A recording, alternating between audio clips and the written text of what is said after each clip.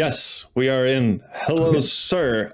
Steve Glasstetter, lead designer of Black Dahlia in 1998, and probably other things. Uh, But that yeah, is the main reason you're here. How are you doing? I'm good. Thank you. Thanks for Uh, having me. Sorry, I've been working in the yard all day, so apologies for the hat and the yeah. you're fine. Trust Okay. me. I've worn worse. Yeah, so I know it's been a hot minute since your days at Take Two, but Yeah. if uh, if you can turn on the rewind machine a bit. So how did you get to Take Two, and what was your career like prior to Oh wow. Black Dahlia?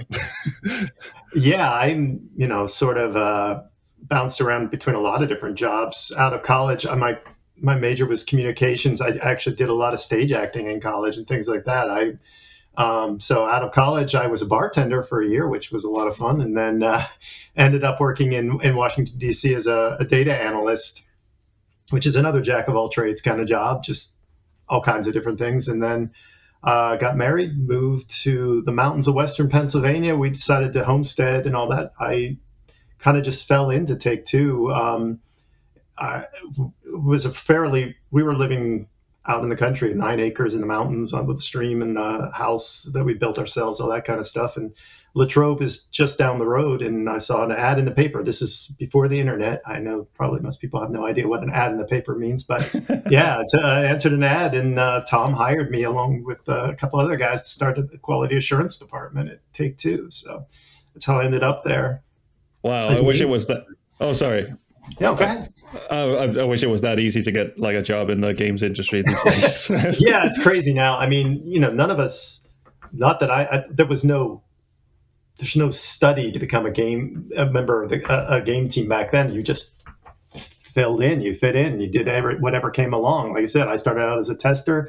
I ended up doing voice acting on a bunch of different games because they needed a voice to come in, and then we started designing puzzles for Ripper. The QA department, we did all the puzzles for Ripper. That's Um, weird. oh yeah, well there's this, it was one of those things where John and FJ really wanted to concentrate on the script, and that's what they were the story and the script. And so when we got the spec for Ripper, it was basically here's the script, here's the scenes, here's what it's going to be. Insert puzzle here. You guys come up because I mean, if we want to go way back, there are reasons for all that. Because after Hell, I don't know if you've ever Oh seen, yeah, which was the 3D Dennis Hopper. yeah, right, which was kind of a near disaster in a lot of ways because so yeah, after that we were doing the testing on that, and obviously the script was taking precedence there too. So I think it was a good compromise. We were the guys who played all the games, and uh, so they had us do all the puzzles, and then from then on we just got more and more into design, all four of us. So more and more took over design roles, and again, it's very flexible. I mean, I guess they called me lead designer. I mean, one of those things where you start out the project, you don't know what your title is going to be. I was considered an assistant producer at the time, or ass prodder, as we used to call it. So, and then it just kind of fell in that I took over the sort of managing the design. I would not say it's my design. It was definitely a team design. That was one of the approaches that we decided as a group for that project, that we didn't want one group of guys designing it and handing it off to everybody else to figure out how to make. We formed a design team from the very beginning. I hired Patrick to do the writing, the script writing, and then we had a guy from the quality assurance department, the lead developer, an art, not the lead artist, but a guy from the art department. We all worked on the design together from the very beginning, and we basically locked ourselves in a room 5 days a week, half a day for I don't know how many weeks till we came out with a design that hopefully didn't have any surprises for anybody. So the lead developer was part of the design team. So he knew and he could tell us, yes, we could do this. Yeah, that's probably not going to be something that's feasible, that sort of thing. So Hmm. yeah, it was definitely a collaborative effort to come up with the design for Black Dahlia. Yeah, the credits list, which is in the manual, and which I like hand copied into the Oh, 4 hour really? movie. Yeah, but like because the game doesn't have an end credits crawl, so I Oh, yeah, figured right. I think it needed one, so I copied the entire goddamn manual in there. But yeah, that it has the most designers I've Mhm. ever seen in a game. Typically, I'm pretty good friends with the people from Sierra Online, for instance. So Oh, okay. and they pretty much have like one designer per game. But Black Dahlia has like what was it, 5 or 6 people on the design team. So I was like, whoa, Right. that's that Yeah. almost feels like one of those Hollywood movies where the script gets passed around a million different writers passes, but not in this case. In this No, case, it this was was. definitely, it was sort of the reverse. We sat together and worked out the design, and then I would try to compile the specifications, and then different people worked on different parts. But and then Patrick was always working on the script. But yeah, it was definitely not me coming up, some genius in a dark room by himself coming up with his vision. No, it was definitely we hashed through the whole thing, try to figure it out from the very beginning to the very end how we wanted it to be. So Awesome. I know we're going to talk. We're talking about Black Dahlia, but I know that everyone's done retrospectives on Ripper. oh Uh, yeah. Probably because Ripper runs in DOS and Black Dahlia is really hard to get running on modern Oh really? machines. Okay. Yeah. Yeah. You have to jump through some voodoo hoops to get Black Dahlia running today. I can imagine. Yeah. Because it's that dark ages period, like Mhm. 1996 to 2005, all the Yeah. Windows drivers and stuff like that. We are going to talk about Black Dahlia, but since you said you were involved with the puzzle design in Ripper, Mhm. everyone is going to yell at me if I don't at least ask this one question: Oh boy. who did the fucking gems puzzle in Ripper? The gems puzzle. Everyone gets stumped on the gems. The bit in her apartment. I forget her name. In her apartment, and Oh, it shoots a laser beam on the book, and it's because that is I can't, Zodiac gem puzzle. Never mind. If it's not you, then I it's can't remember. I mean, there were 4 of us in the QA department. Tom Riggis was the lead, and then Scott Schust and Don Dillinger and I, and we kind of split it up. And I think there was a lot of collaboration there too. I'm mm, sorry, I can't even no. remember the It's puzzle. fine. It's fine. I just thought no one has ever asked this question. Oh, Because it is literally the hardest puzzle in the game. Every playthrough is just like, oh shit, the gems puzzle. I'll have to look it up. I don't even know. I can't even remember. Sorry, man. It's just been a long time. Oh, don't worry. Don't worry. Right. Something about zodiacs, and it's in you have to form her zodiac sign with a bunch of different gems, but they have to be in a very specific spot. Oh, yes. I haven't played Ripper in a while, have you? No. No, it's been a long, long, long time. Sorry, I can't No, remember. don't apologize. This is like Yeah, what 25, 30 years ago. yeah, So yeah. A lot, like I said, a lot has happened since then. So yeah, it's hard to know. I'll give you a moment to. Yeah, I'm not. I don't even. I'm trying to find an image, and all I'm getting is like Twitch game gem puzzles. So Oh I don't shit! know. Oh no! Yeah, yeah. Sorry. You know what? Never mind. Okay. I'll send you a link Okay. afterwards. Send me a link, and if I can remember, I will. I don't know who to blame for that. Yeah. Actually, wait a minute. Wait a minute. Do you think maybe I can look it up? Let me just see. Ripper Zodiac Gem Puzzle. Or crystal puzzle, maybe. Oh. Let's have a quick. No. Ripper game, Zodiac crystal puzzle. All I get are images of Christopher Walken. I'm sorry. I'll look it up later. All right. All Yeah. right. Sorry. No, it's absolutely fine. Should have caught me 20 years ago. Maybe I could have told you that. But yeah, that's the thing. Like if you have a lot of people collaborating on a design and people Mhm. refining, someone must have come up with it, and someone else must have gone, oh, we can also do this, and we can, Right. yeah. Well, it's always a danger when you get close to things. And I know that people complain about how difficult the puzzles are in Dahlia too. I mean, when you're close to it, it seems simple. The more you look at it, the simpler it looks. And then, yeah, you need to be able to step back. And sometimes you don't have time to step back and say, oh, wait, it's not like you could it's not like now where you could release a beta online and let people check it or something like that. So yeah, it was, yeah. Well, you guys really focused a lot on logic puzzles as opposed to like your standard LucasArts Sierra bread and butter, like pick this shit up, use this on this other shit kind of thing. Right. So you're more into like the puzzle box, sort of Myst-like, but not really, like self-contained puzzles. Right. Was that like a conscious decision on you to eschew the other types of adventure game puzzles, or was this just your thing? I guess so. I mean, we really wanted the puzzles to feel like they were integral to the story. We didn't want to step out of the story to present the puzzle.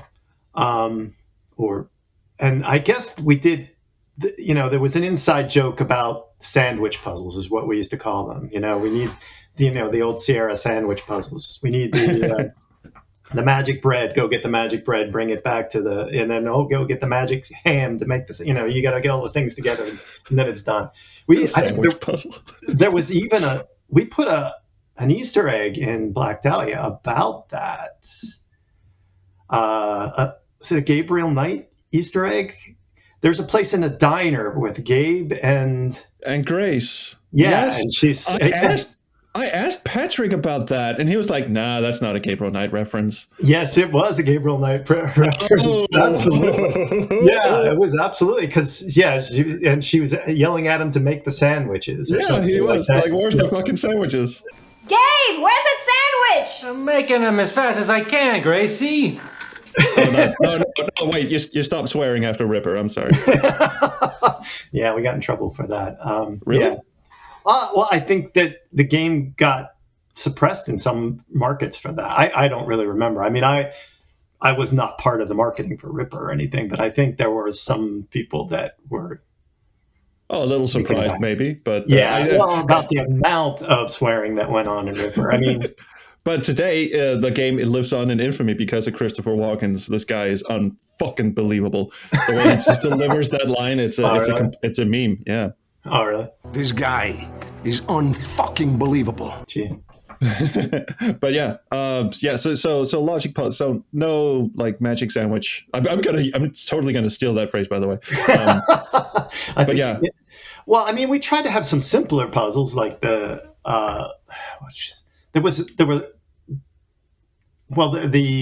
gunfight, right? We ended up cutting one gunfight because Greg didn't have time to implement it. But there was the first gun battle before Louis' head shows up in the box, wasn't there? That was sort of a puzzle on rails kind of thing. Yeah. There was the stained glass puzzle, which was pretty much just a 3D, and then the only real 3D puzzle was the gem puzzle, like the Dahlia itself, right? Yeah, Glenn did that. Glenn Dale he was the programmer All right. You've just answered one of the burning questions that everyone has because the gem puzzle, for some reason it's gems, but that is the Black Dahlia equivalent of the crystal puzzle from Ripper. Oh, really?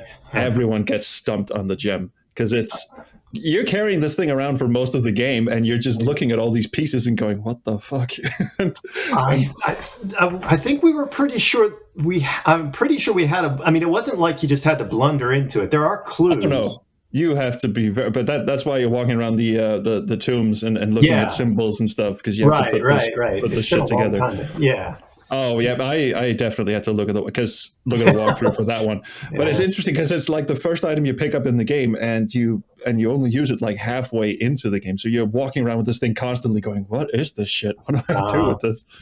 Huh. Foreshadowing, I guess. Well, it is the Black Dahlia. I mean, we tried to tie it to the real. The real Black Dahlia, which is always a little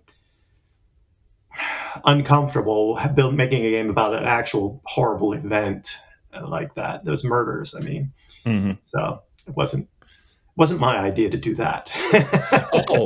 No, I was actually going to ask you, so were you involved in the start? Because Patrick said like he came in when the idea for the story was already in place. We've got Torso Killer, we've got Nazis, and we've got the occult, and also we've got Elizabeth Short for some reason. Right. Go write a script. So were you involved like from the start of that?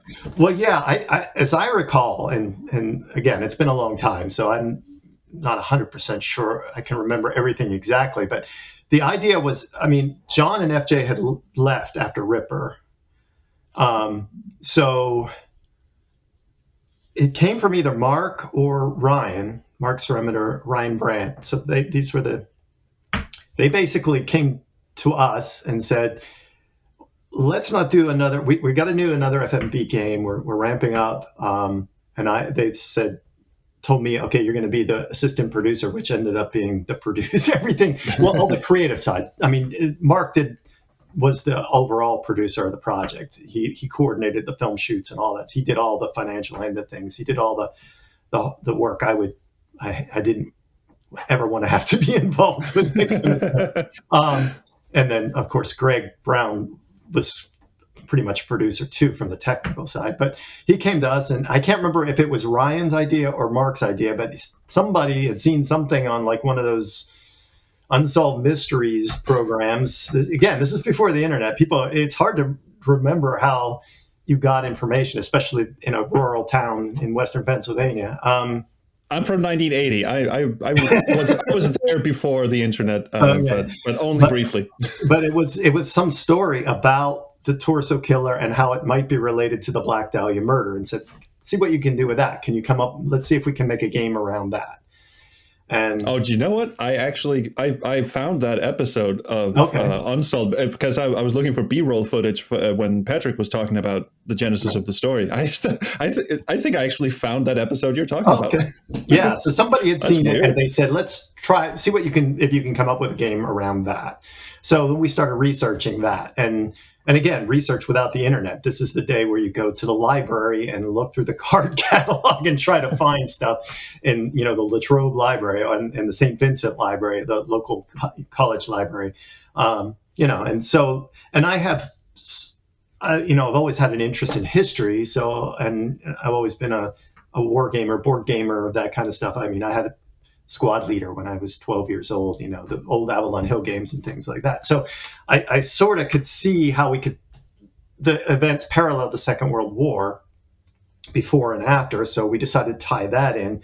And again, they didn't want to do cyberpunk again.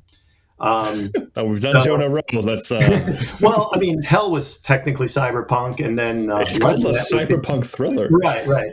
And BloodNet, that was before my time, but that was another cyberpunk game that they had done. So, so we kind of tried to interweave. We wanted a bigger story than just these murders. We wanted something that felt bigger than just, being a detective trying to solve a murder. We wanted it to feel like it involved the fate of humanity, try to really bring people into it. So the Second World War, was the ramp up before the war, the COI, which eventually became the CIA, was just getting started. It just kind of fell into place. I know Patrick had some qualms about setting it in Cleveland, but that's where the torso killings happened.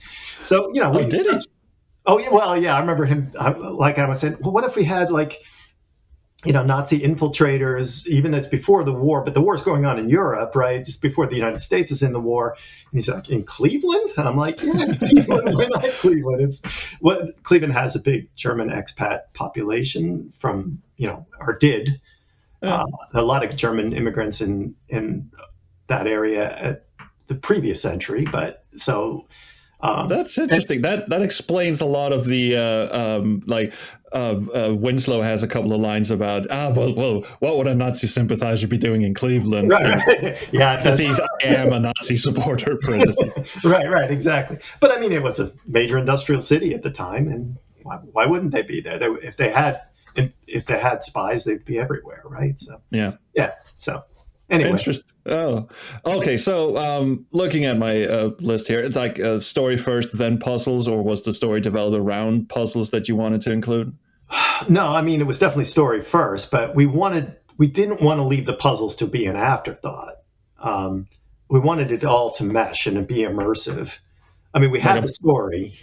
Yeah, like opposed to Ripper, like story first and let the QA testers design the puzzle. Right. I mean, well, Ripper was easier. Probably lended itself to that better because you have this sort of virtual cyber world where people could have any kind of crazy way of protecting their private site or whatever it was, their private space. But in something set in the real world, especially pre-modern technology, the puzzles had to make sense in the context of the story, and you didn't want the story to overtake the puzzles. Like, sort of, I don't want to bust on Hell too much, but as a tester on Hell, I mean, I think we used to time it. It was like 18 minutes from the time you started the game till you actually got to do anything, something like that. We played Hell a lot. We played Hell for PC and then for Mac and then for 3DO. We tested that game a lot.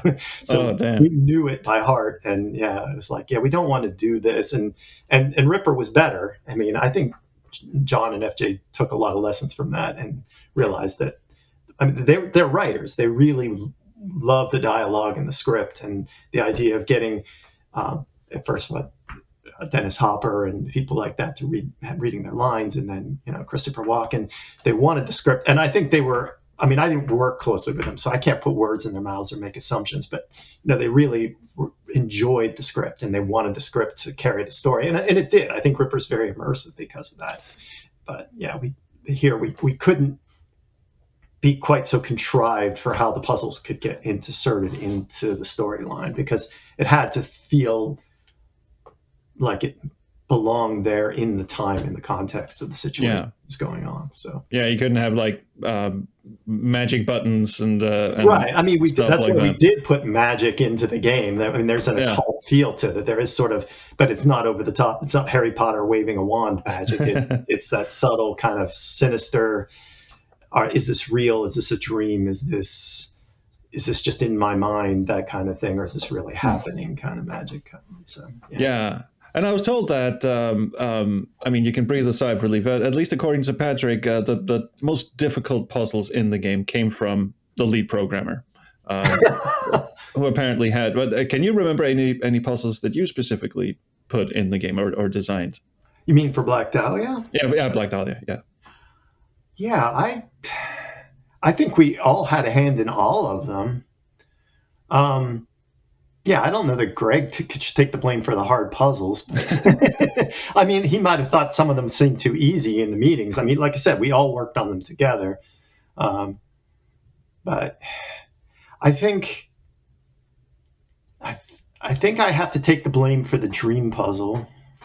Was there the voices? Yeah. Oh yeah.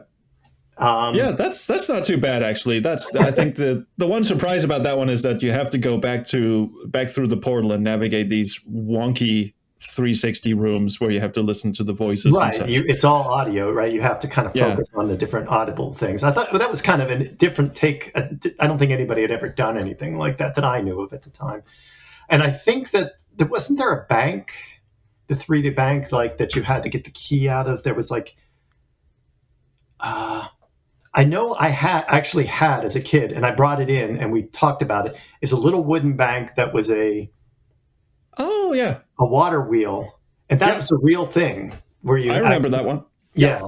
It's in Louis Fisher's loft. He's got he's got a key in it. Yeah. Right. That one felt like a bit of trial and error, to be honest. Well, yeah, and it was at first, because the actual bank was, that's what you had to do with it. But it only had like 3 moving parts. You have to slide something one way and spin the wheel. I can't even remember. I don't know what happened to that bank.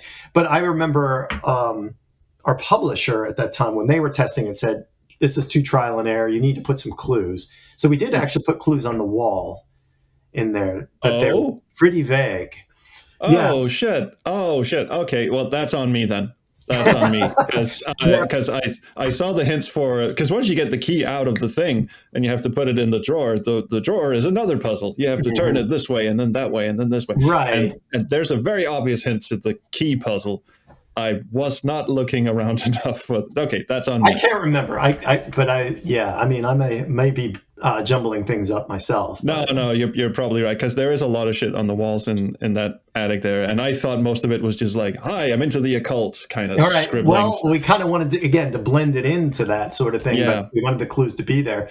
We did. I do remember doing a lot of like filler stuff just to add authenticity to the rooms, putting stuff in drawers, writing pamphlets and things like that, based on old World War II pamphlets and things like that. Oh, did you write the in-game, like, you pick up a lot of papers in Penske's office, for instance, that talks about the ritual and stuff like that. It's full of stuff you can read. Was that you? Yeah, I think I wrote most of that stuff. Yeah. Nice. Patrick was on the script. Yeah. So. Yeah.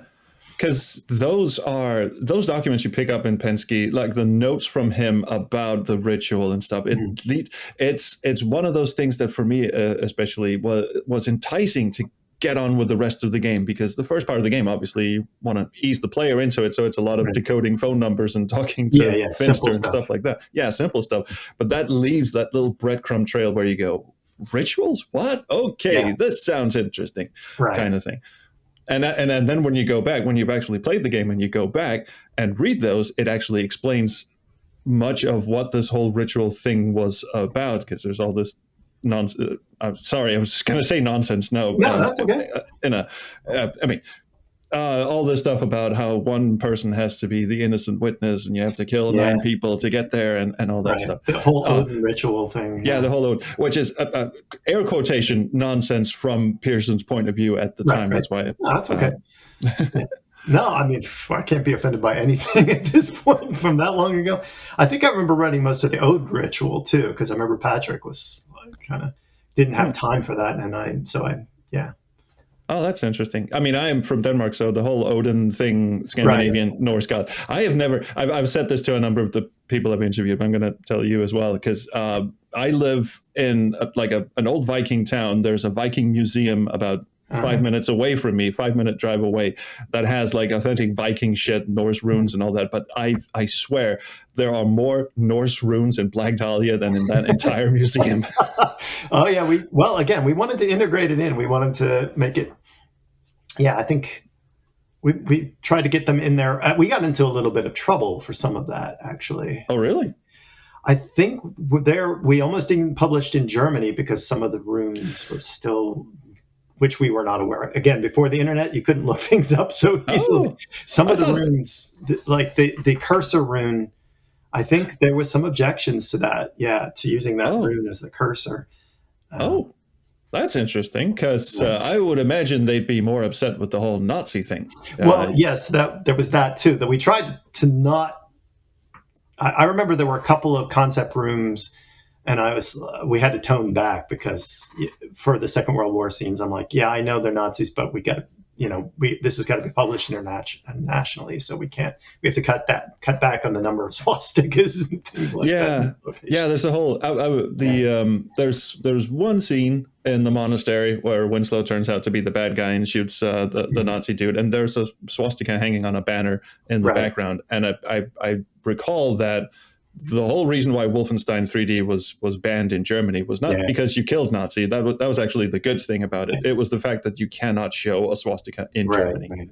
Yeah. So I would imagine like that one scene would have caused you a ton of grief.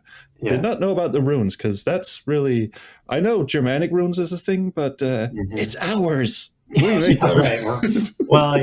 the Nazis were good at appropriating other people's culture, right? So, I mean, that's the whole Thule Society, all that kind of stuff. The whole sort of the SS's fascination with the pseudo religion of, that whole concept. That was real. I mean, that was we integrated that in as a background feature for Winslow to be a member of that, a fanatic from that sort of situation. But as I recall, so they really. I mean, Patrick was referencing like the ending scene to Raiders of the Lost Ark, where they have this like huge stockpile of magical items that they've confiscated after the war and such. Right. And also the reason why the Black Dahlia just sort of ends up in a bunker in some weird place, like instead of actually being used to take over the world, he just sort of stashed it there. And Winslow's like, my fucking God, Hitler, come on. Right. Well, I mean, this was before the movie The Monuments Men. They did actually stash a bunch of things like that. I mean, art treasures and all those sorts of things were stashed in salt mines in Austria and southern Germany, right, in Bavaria. So that was based on on the research as well. The whole finding the stash of art treasures in a salt mine. Yeah. Yeah. I didn't know they hid them behind 3 logic puzzles, though. Well, That's new. it's a cult. You gotta have puzzles. Yeah. Oh, right. Yeah.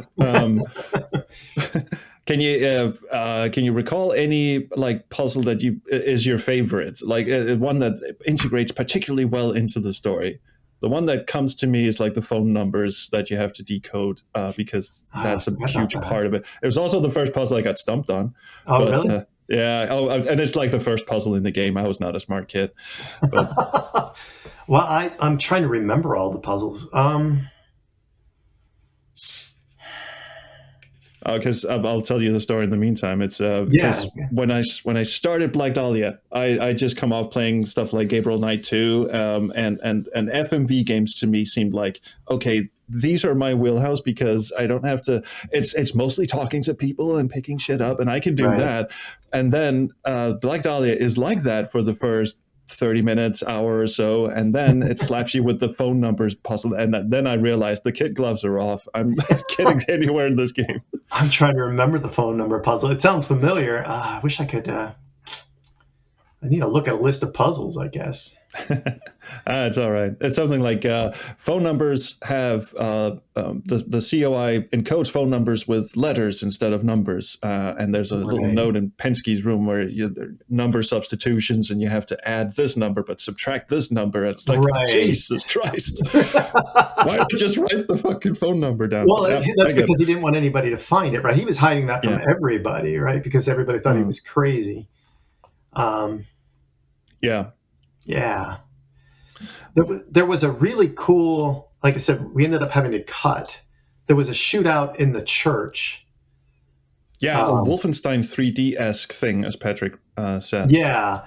Well, yeah, I guess that it would have been an interesting, but it was not so much a puzzle. It was more it's more a gunfight kind of thing.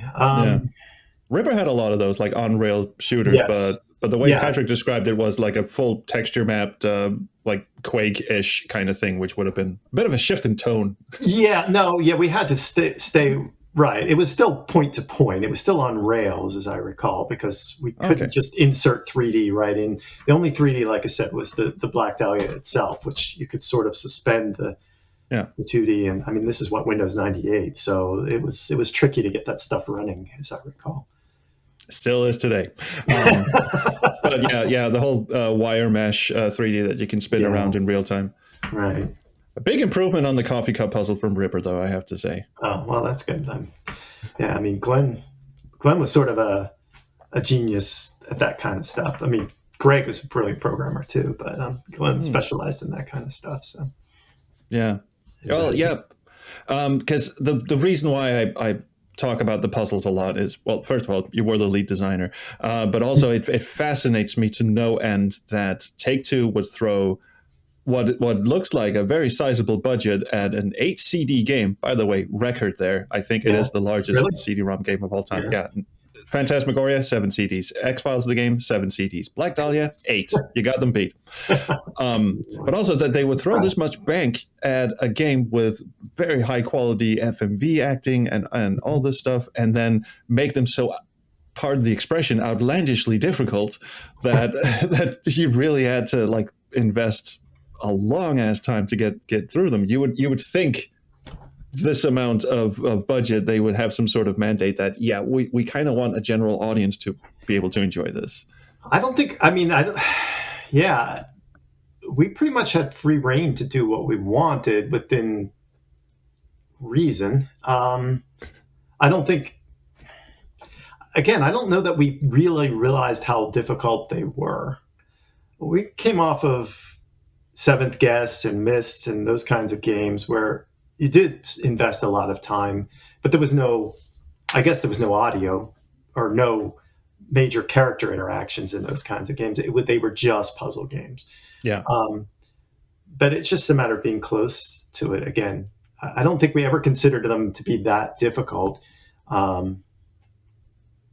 that's sort of being blinded by proximity, I guess. Yeah.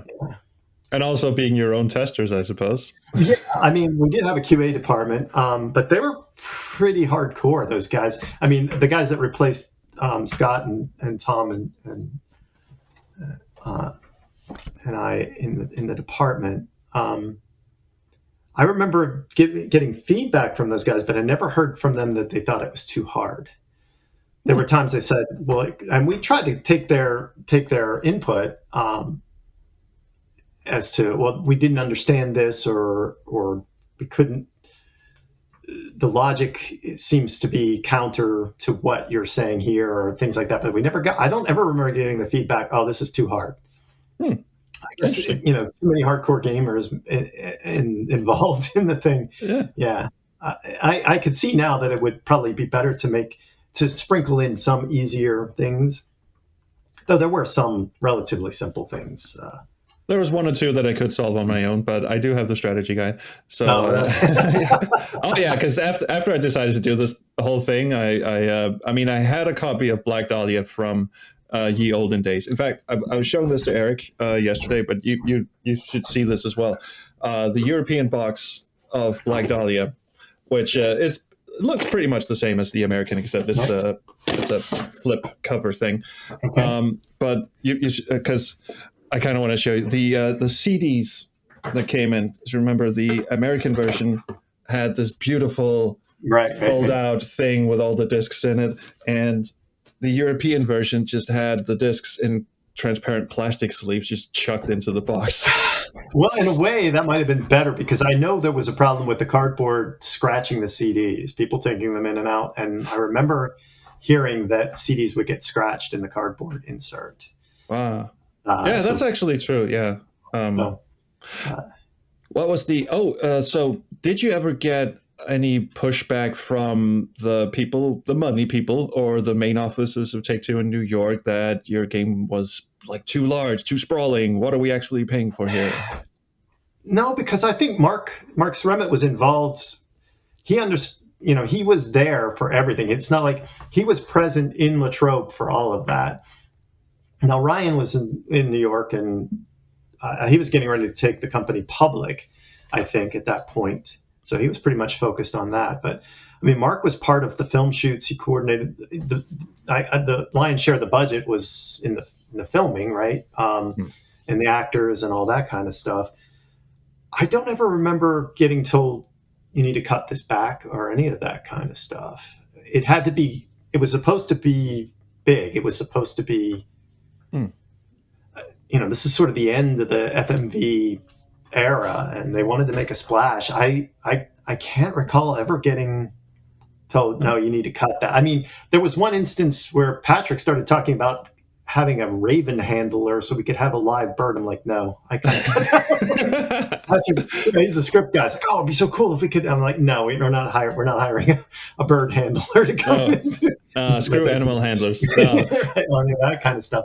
But we ran a pretty tight ship on that film shoot. It was tight. We were only filmed for only a few weeks, I think. 8 weeks, according to Eric. Did he say 8 weeks? Wow, it went by. But it was tight. We did a lot of work in every day, and I don't think we ever did more than 3 takes of any scene. No, because I was there with Eric, and Patrick was there, and then we had the compositor guys, the guys that were gonna marry the backgrounds on the whole blue screen shoot, and it was take 1, take 2. Okay, well, that's good enough. Keep moving. We gotta roll through this stuff. So, yeah, I don't ever remember getting any pushback on the budget. I didn't control the budget. I did not have a budget. It was Mark handled the budget. So right. If he felt like we were going over, he would have come to me. So I never had X amount of dollars that we were allowed to spend. It was like, okay, you go ahead and do this thing, and let's keep it within range. But I mean, it's interesting because stuff like Gabriel Knight too, which was a 6 CD FMV game, famously had to. I mean, it was a very popular game sequel. Everyone was looking forward to it. 6 CDs worth of FMV, and they still had to slash like 3 chapters out of that game because Wow. they were going over by, and that was blue screen, all of that as well. Right. And no animal handling. Well, there was one wolf in it, but that was really it. So that's really interesting. And also, like you said, this came out of the tail end of the FMV era, like 1998. There was what was it? Darren was saying something. Oh, there was a little game called Grand Theft Auto that was capturing everyone's attention over at the other office. So why would they go like? Why would they go like, hey, let's do another FMV game? Right. Well, I remember when I was still in the QA department when Grand Theft Auto, when they showed it to us, like Ryan was acquiring it, the whole Rockstar thing, and I mean that was a little sprite game. Yeah, it was a look down. I didn't play it a lot, but yeah. So, but I think the first two were top down. Yeah. That's the only one I saw before. But this was before 3D. I mean, this was what are we gonna be able to do in 3D? Nobody knew what the limitations were going to be. The idea of having open world kind of game, you can't have an open world unless you have stuff in the world. It doesn't matter if it's 3D if you can walk for a half an hour and not find anything because you can't populate the world.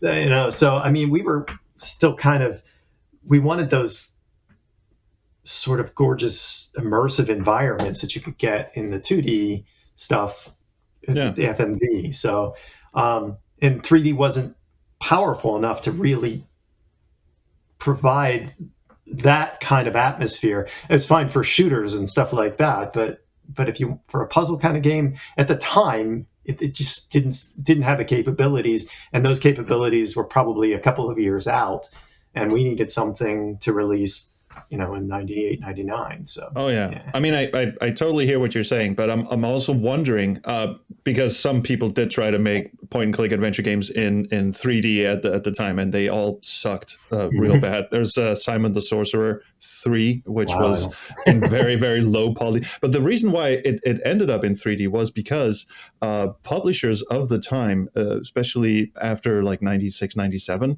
would not touch 2D point and click adventure games. They were passé because now it was Quake and Deathmatch and all this shit. So and also by 97, 98, FMV games, the FMV bubble was, if not about to burst, then already had burst, really, because of all the Sega CD slop that came out. FMV was like, oh god, not another one. So it really surprises me that Take-Two would just like at the end of that decade just go, yeah, we're going to do another FMV. Screw it. Yeah, like I said, I really wasn't part of that decision, but I mean, we started probably 18 months out, so we're talking the end of 96 probably when we first started thinking about this. And then I assume and again, I wasn't part of that decision, but I assume once you're halfway in, it's easier to keep going ahead than turn around and go back out, especially when you have a pretty decent quality product that's coming together. So I don't know, just bail on it after you're 3/4 of the way through because the market is moving in a different direction. And I think it did all right. I wasn't the financial guy. After Black Dahlia released, they moved me on to something else. So, that's it. So, well, I mean, to be honest, I mean, Ripper was pretty technologically awesome for an FMV game. I mean, a lot, again, Sega CD is a very low bar to clear, but you also had stuff like Gabriel Knight 2 and the Tex Murphy games, which are some of my favorites. And they're like one of the few that got FMV right. And I would say Black Dahlia did the same, and Ripper too. Technologically, they were really, really awesome. So it looked like from the outside that Take-Two had this FMV thing covered. And everyone was going like, well, everyone else hates FMV. What are they going to do next? Oh, here comes Grand Theft Auto. But I'm just fast. Let's move on. Business side, who cares? So I had in my notes that you were project manager, and I think that's your credit in the game manual as well, but I don't know.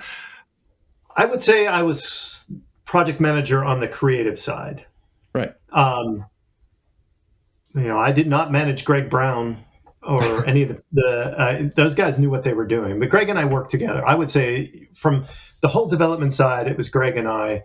Greg handled the technical side, and I handled the creative side. Of course, Jack Snyder, he was the lead artist. He managed his team. He was a pro. I mean, I didn't have to. We talked, we worked together. Jack put in a lot of extra hours on that game to get that done too. So it wasn't. It shows. Oh yeah, he's amazing. Yeah, Jack. Oh, yeah. And Mike Snyder was no relation, but he was the other lead artist who did handle sort of the compositing end of things. Henry Barrasso and Lance Laspina, I want to say. I can't remember all the names. Those are the guys that did the compositing, but Mike was at the shoots with Henry to make sure that every shot was going to composite properly and all that kind of stuff. So I guess in a way, yeah, I mean, I coordinated a lot of stuff. I didn't have to manage people. Let's put it that way. I hate managing people. I have a PMP and I still hate managing people. I don't like being responsible for other people doing what they're supposed to do, but I coordinated. Because I was the one guy who everybody could come to from the creative side and answer the questions. What's going on here? I managed the spec. I controlled all that kind of stuff. I guess I kind of led the meetings, but I can't take credit for the design or any of that kind of stuff. It was definitely a collaborative effort. It would not be right for me to say it was my game in any way. And so, I don't get that feeling at all. In fact, I cannot recall any other game where the design team, so to speak, is like the head of each department. Mm-hmm. Which is a really clever way of doing it, if you ask me, because then the art department can say, we've got this really cool technology we can put in the game. Can we figure out a puzzle for that? And the programmers go, we've just figured out this cool new wireframe 3D shit. Let's put that in the game. Well, yeah, we could sit there and say, okay, here's these pieces, and we had multiple whiteboards covered, and there were tons of things at the start, all the historical side quest things you could have included, and we kind of had to winnow it down, but. That way you're in the meeting, you're working through the design, and you say, okay, well, what could we do this here? And Greg could say, yeah, I think I can make that work. Or no, we can't do that. But what about this? Here's another way of doing it, as opposed to, oh, just make it happen and figure it out kind of thing. Here's my brilliant design. Same with the art. I mean, Jack was not in the meetings. Shane White, who's another great artist, and he was the concept artist. He was the guy who attended the meetings and sort of was the liaison with the art department and communicated all that stuff. But again, Shane could say, yeah, that we can do that in 3D, or we can do that with the not 3D, but we had the pre-rendered 3D. Pre-rendered, yes, right. We can pre-render that, or that seems feasible, or this. That probably wouldn't work. But again, well, what's the alternative? What could we come up with? And it was a longer design process, but at the end you have a much more solid specification and design that everybody understands. So you make up all that time where you have to explain things to people all the time, or go back and redesign things because what you came up with isn't going to work. And was all that like locked in before the FMV shoot began? Oh, it had to be. Everything had to be locked down for the shoot. We could not change anything. Once Patrick's script was locked in, we had to stick to the script. Now, if we could do something that wouldn't impact the FMV, then yeah, we could make a change here or there. Again, we could cut something, or we could join things up in a different way if we had to, because we're not going back and reshooting. No. And we could try and compensate for potential hiccups by recording extra footage or recording extra lines that, in case we needed to do this or that. But yeah, once the script was locked down, that was the design. We had to stick with it. So it had to be right. Absolutely. So you were present for the whole FMV shoot? Oh yeah, was there every day. Every day. Yeah. What was your vibe? What vibe did you get from the shoot? The way Eric was directing? It ran very smoothly. I mean, the worst part was the intro. When we did the whole intro sequence, I don't know if Eric told you or Patrick had any horror stories about that. Yeah, Henry had found the location, but he hadn't cleared it with the Conrail. So Yeah, we had this whole group of actors to record this thing, and we had a steady cam all set up and everything, and it was just a disaster for the first 2 hours. We're just trying to get everybody together in the right spot, but then, then we just banged it out. We made it, and then after that, I think we learned a lot. Every day at the shoot, Shelley was the film producer, right? Shelley and Mark worked together on all that stuff, and every day we had our scenes scheduled, and we made it. We never missed, never fell behind. We stayed on schedule and banged it out. And after the first day, it was a well-oiled machine. The biggest hiccups came from the talent, not Derek, but Dennis Hopper didn't realize that he was going to be on film. I don't know if Patrick told you that. Yeah, that was in LA, and then he thought it was going to be another 3D animatronic thing. Yeah, right. So so those kinds of things. But I'm just imagining like the opening sequence, the one thing that's shot on location. If you didn't have like proper permits and stuff, and someone shows up and sees you chasing this kid through the forest with a steady cam. Yeah, what there are was you none of that. doing? We just kind of winged it. Well, we had to walk down the railroad tracks. The railroad company was not happy about that. Yeah, so we had this whole team. I remember I had a pickup truck at that time, and I loaded all the extras and stuff in the back of my pickup truck and found a railroad access road and came back around. I had to drive everybody down through the back streets of Pittsburgh and across the railroad tracks and get them all down. It was a kind of a crazy thing. We learned a lot, but yeah, it turned out okay. Yeah, and so I understood that when you went to LA to shoot with Hopper, it was like a very, very small team. You had the director, Eric, and you had Patrick didn't even get to go to that shoot. All right, yeah. You did, Eric did, Darren obviously, and a few others. So what was that like? Like going to LA to set up the whole shop again? It was kind of a whirlwind. I mean, we get in and out. Dennis Hopper only had the one day to shoot, right? So yeah, they set it up again. Mark and Shelley set it all up. I think we flew in one day, were there one day, and flew out the next day. I want to say we hired an actress there too, right? Oh yeah, there's a nurse that comes in. The nurse, right. Yeah. So we auditioned the nurse there. And also the torso killer guy, he shows up at one point. Oh, there's a doctor as well. So there's like 3 other actors besides Darren and Dennis. Yeah. The nurse is brilliant, by the way. The nurse is brilliant. She's just like, "Are you sure you've got the right room?" And then puts on a snooty attitude. Well, she was great. Yeah. It was. I mean, I talked to Dennis Hopper maybe 3 sentences. I don't think he knew who I was. He was a nice guy. I remember like there's always a craft table. You're sitting around eating. I must have put on 20 pounds during the shoots, just eating junk food and being nervous all the time, drinking coffee and eating bagels and chocolate or whatever they had. There were always just tons of food all the time. It's weird. The only thing I remember talking to Dennis Hopper about was architecture. There's a famous Frank Lloyd Wright house in Western Pennsylvania near where called Falling Water, and he was talking about he had just gone there. It's a very famous private home that's open to the public now. We were talking. I think that's the only 3 sentences I exchanged with him. He was talking about that while he was strapped in the chair. Or... No. This was at the craft table. I mean, otherwise I was just standing there, and Eric would, try to get the takes. And he didn't understand. Dennis Hopper did not understand, as I recall, that he was supposed to be, for the last scene, he was lobotomized. He was just supposed to stare at the screen. Yeah. And I remember Eric was like no, you need to stand still. And Dennis Hopper was like, "What do you mean? I can't act." And it's like, I want to say, because he didn't have any makeup. We put in the lobotomy scars and all that stuff in post. That was all added later. So he didn't realize what was going on. But yeah. Which is kind of cool because let's see if I can fish out the box. Okay, you're gonna get the American. I have an American box. It's all beat up and stuff. But yeah, the one shot of Dennis Hopper on the box is the lobotomy shot. That's an interesting choice. He wasn't in there much. I mean, he really wasn't. It was only a couple of scenes, right, with Eric and at the end watching the TV. So yeah. Oh, there's a story about Terry Garr, the other Oh, top billed Terry Garr.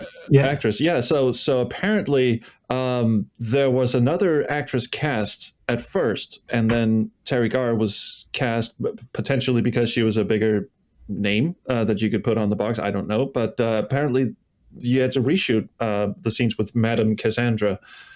That wasn't because I don't remember her being miscast.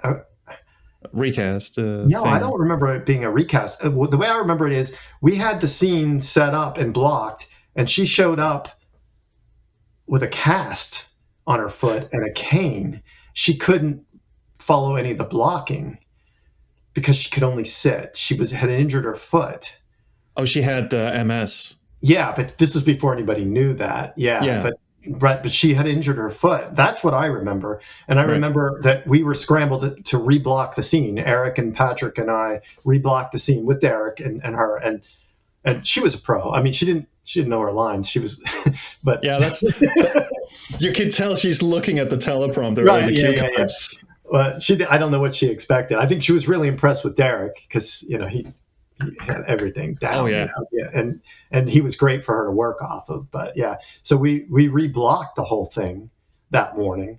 Okay, so she wasn't a recast. I don't remember her being recast. I could be forgetting something, but I don't remember that part. Yeah, I do remember her showing up with a cane, and we're like, "Oh my god, what are we gonna do?" She can't possibly follow the blocking. So yeah, but that's the advantage of blue screen to some extent. We could rearrange the blue boxes and set up a scene differently. Yeah, move the camera. So I got some funny stories from the blue screen set from Darren and from Eric. One of Darren's stories is that he was supposed to jump off a box when he's going through the rift into the dimension thing. He's covered in blood and garbage and all that, and he sort of missed. Like Eric said, he's in the blue void, so it's hard to tell where things begin and end. Right. So he just slammed his face against the wall in the back and left a little outline of himself, so they had to repaint the wall. I don't remember that, but that sounds very likely. I could see that happening. Yeah. Are there any stories like that you can remember from the set? The one thing that I remember, and I don't know if Patrick told you the story about him being the Monster Man from Planet X. Did he tell you about that? Oh, yeah. But he's in the credits, so I had to ask him about it. Yeah, I remember him doing that scene, and it was like between scenes, and he missed his line a little bit. Yeah. And he wanted to retake it, and I didn't think we had time to retake it. And I said, it'll be fine, because it sounded like he was stammering. And I always felt bad. I should have let Patrick get his one shot, his line back in. But we were like, we had to keep the schedule going, and I didn't let him retake the line. But I do remember that. Also, he wanted to be a crab. He couldn't find a crab costume. Yeah, right. Yeah, that was a weird, fuzzy monster. Yeah, the crazy. Yeah, he put him in a third grade Wookiee suit or something. But yeah, that was but it was brilliant. Perfect for a late 40s monster movie. It was, but yeah. Don't remember much. I remember it was stressful, but it went very smoothly from what I recall. The only other thing I remember is, and I can't remember who the girl was who played Elizabeth Short. Me neither. Sorry. She had red hair, and the team. But she was supposed to have a wig, but the costuming department didn't know, and she showed up, and they had to scramble to get a wig for her. But I think it turned out okay. But yeah, that was one thing. That was one hiccup where I was like, okay, how do we not let this happen again? How do you not know that she needs a wig? Yeah, I remember that too. But again, we had a really good crew. They were really sharp, and we cranked through it really, really quickly. We kept the schedule very well. So, I mean, Patrick sent over an example of the shooting schedule, 8 in the morning till 5 in the evening, kind of thing. Yeah, and it's very tightly packed. Yeah. And, so yeah, that was, and apparently Eric would go home after the shoots and start blocking all the shots on the fly. Yeah, Eric did a lot of hard work on that. I mean, everybody did. It was. I mean, it's a massive game, and it was a massive shoot. I mean, the cut that I put together is 4 hours, and I left out a bunch of stuff.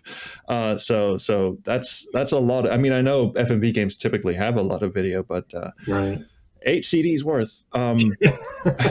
We didn't know it was going to be 8, and I think we planned for 6. I want to say we planned for 6, but I don't remember. But then that was sort of a technical decision with getting the content on, and the sets, the art took up a lot of space too. Not nearly as much as the video, but there was some pretty high quality art that Jack and his team did. So to get all that coordinated and to try to minimize the amount of times you had to change CDs has a lot of influence on that too. To try to keep this experience as smooth as possible for people. So, yeah, I kind of wish that, because some games of the time got re-released on DVD ROMs in countries like Germany had Gabriel Knight 2 on a DVD ROM and stuff. I kind of wish that would be nice. The same.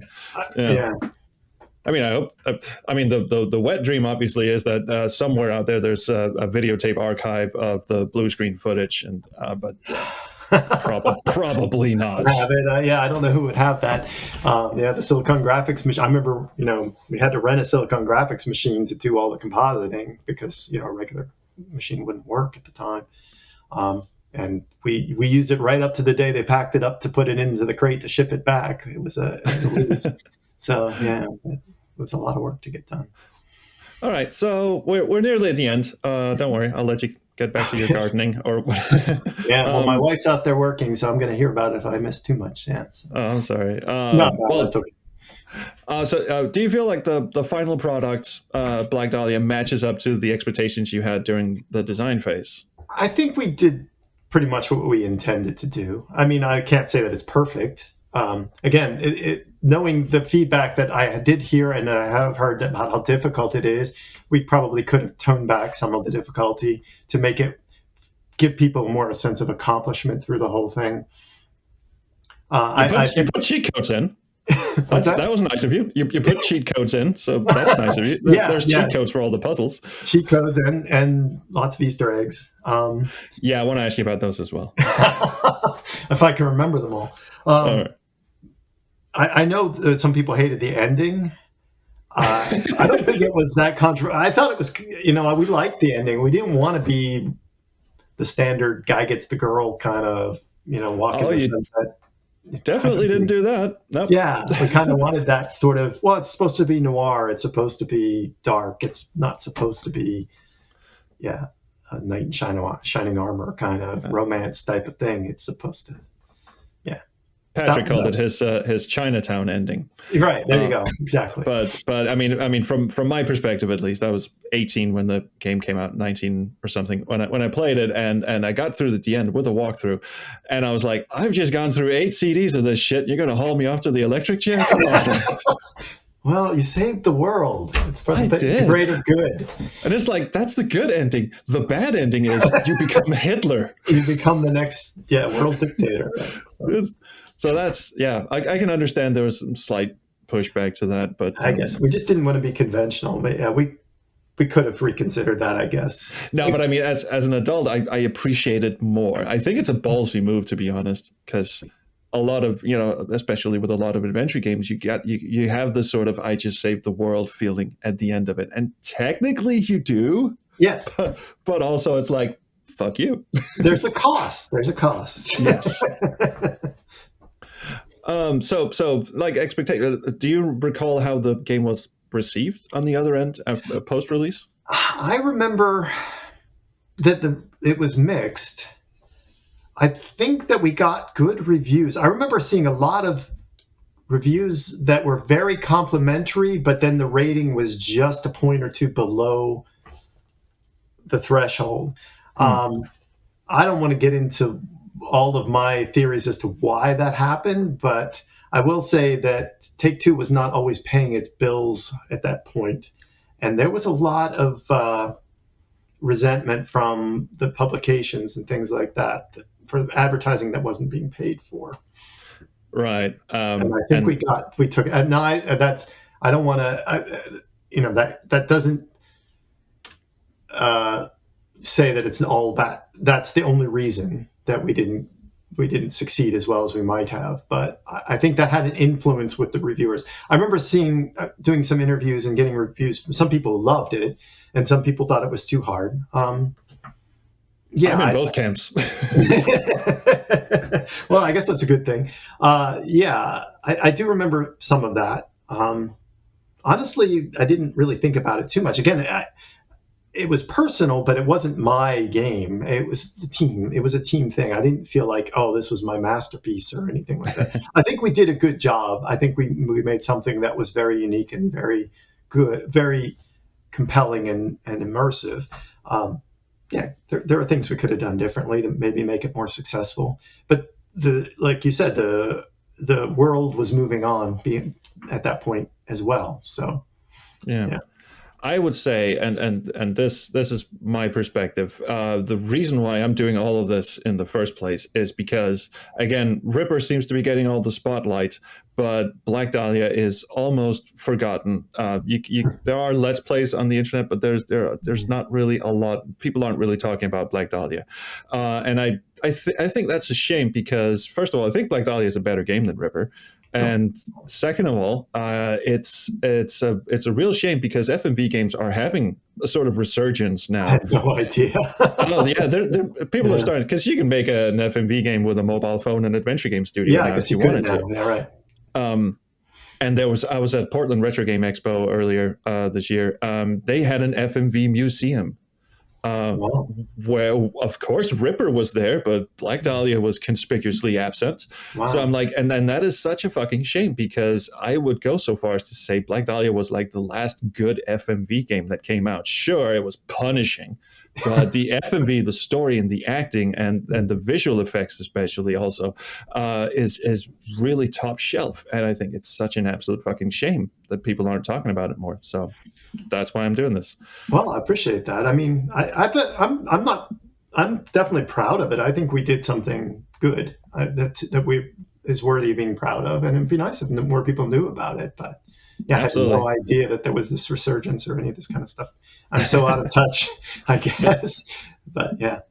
No, it's I mean the actors from the Phantasmagoria games got together and they're going to do like a spiritual sequel to Phantasmagoria. Wow. On their mobile phones, apparently. I don't know. You could now. You can have AI do the whole thing, I guess, at this point. I mean, my big plan is if they're doing the FMV museum again next year in Portland, we're gonna haul Darren Elliker out because he actually played the game. Yeah. Just again, that would be kind of cool. So Yeah. So really, thank you for the game first and foremost, and also for the time you've taken to sit through my dumb shit. Oh, no, I'm glad. I'm sorry it took so long for me to make the time myself, but I'm happy to help out. And yeah, absolutely. Well, I'm out of stuff. So Okay. If All there's right. anything you want to I don't know, tell me. I don't know. Like I said, when people ask me about the game, I always like to emphasize that it was definitely a team effort. And sometimes I had somebody contact me a few years ago with questions about it, and it was a written interview, and I can't remember. And I told her, I am not the designer, and I never wanted to be the person who's credited as the designer. This is definitely a team effort. All those people deserve credit. Patrick and Scott and Greg and Shane and Henry, the people who were on the design team, and everybody in the development team. It wouldn't be what it was without them, and they all contributed, and they all deserve as much credit. So right, definitely. and it sounds like one of those rare occasions where everybody had fun on the project. I think so. I mean, maybe Jack and Greg, they're the ones who were working there late at night after I passed it off to them. They spent a lot of nights working on that, getting things done. But I think I think Greg got a new motorcycle with the bonus that he got from that. So I think Mark took care of them for that, but they definitely put a lot of work into getting it out the door. So, well, I very much appreciate your time, and thank you for that time. Okay. Well, it was really nice to meet you, and it was nice speaking with you as well. Thank you. Likewise. I'm going to stop the recording now. Okay. See what